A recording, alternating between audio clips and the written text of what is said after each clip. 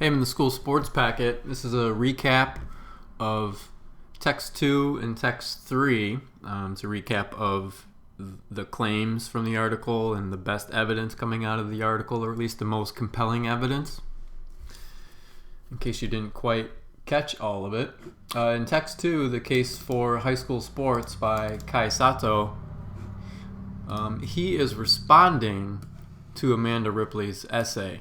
Amanda Ripley's essay is text 1.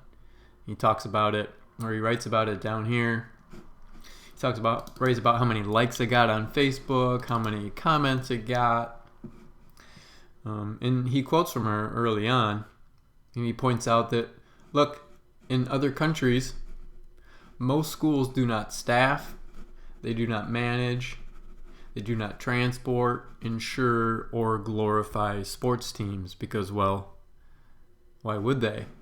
And he goes on to point out some reasons why they would. And in fact, he says, and this is probably the claim, he says that the goal of high school is to educate our young people so they may become productive citizens. And he points out the idea that, being a productive citizen, that's even after school, is more important than scoring well on an international math test. So he's trying to say that, the math tests, or just those tests for 15-year-olds in general, are not nearly as important as what American education does for its students well into the workforce and the rest of their life. And in fact, he talks about employers evaluating employees. So he takes this argument away from school a little bit and into the workforce. And the first gentleman he quotes is Ken Marshner, who is an executive director of a company called UBS. And there's a really compelling quote right here.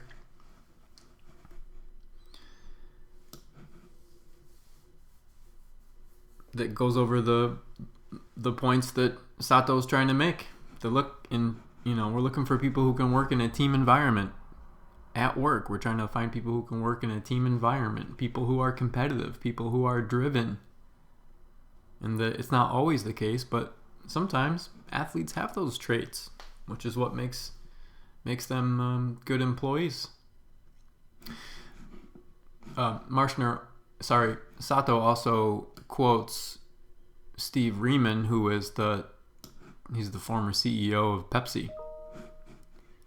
And Riemann essentially says, we're looking for people who are disciplined, people who are good at teamwork, who have a drive for success, who have the desire to be held accountable, and a willingness to have their performance measured. And he talks about, and that's what athletes oftentimes bring to the workforce.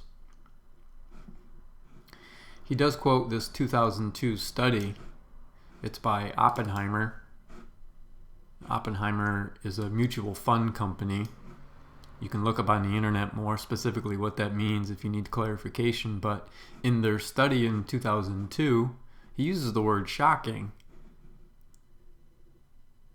But Sato writes that 82% of the women in executive level jobs said they had played sports in middle, high school, or post-secondary school.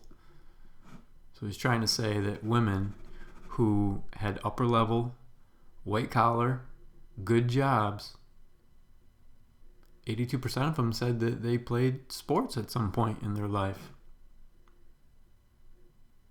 And he uses a great transition. Moreover, and this may be even more impressive, he says nearly half of women earning $75,000 a year probably identified themselves as athletic. So it's not just about 15-year-old tests, not 15-year-old tests, but the test results of 15-year-olds. There's certainly, this could be a nice piece of evidence if you really liked it. He talks about the success of President George H.W. Bush in terms of his athletic abilities and eventually what he became. And then he points out just down the road, he says, look, in the United States, American children can be both students and athletes. That's the right that they afford. That's not the case everywhere else. In China, for example, if you want to be a girl who wants to be competitive at gymnastics, first of all, they have to be identified at a young age. Then it's often that they're removed from their family. They're thrust into a rigorous habitual training. And what happens is that their academics, they don't really study. They focus on being a gymnast for the Olympics, most likely. And academics become secondary. So in America, you can be both. And that's the point he makes down here. Thanks to American high school sports, American children can be both students and athletes. So if you're having trouble with the brainstorming for text 2, some good stuff. In text 3 by Daniel Bowen and Colin Hitt, they are also responding to Amanda Ripley's essay. And the first thing they point out is they want to write about a Chicago program. That Chicago program is called Becoming a Man, Sports Edition,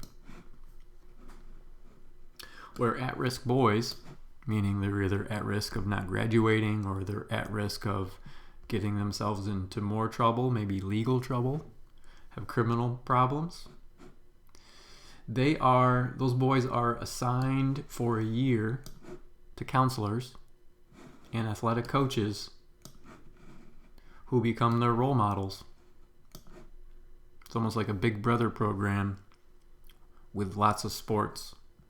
You know, there's the usual ball, basket sports, but there's also things like boxing. Down here on line 19, the writers use the word evaluation. So once they evaluated this program, here's what they found out. They found out that Becoming a Man, Sports Edition, that it created lasting improvements in study habits, grade point averages, and that during the first year of the program, students were less likely to transfer schools or be engaged in any sort of violent crime. A year after the program, participants were less likely to get themselves in trouble with the juvenile justice system. So these writers are trying to point out that, again, it's not all about these test scores, that there are benefits of having sports that translate into school. I mean, these boys have better study habits and better grade point averages. The writers also go on to point out that at this one school in Minnesota, just one school, that collected data, they found that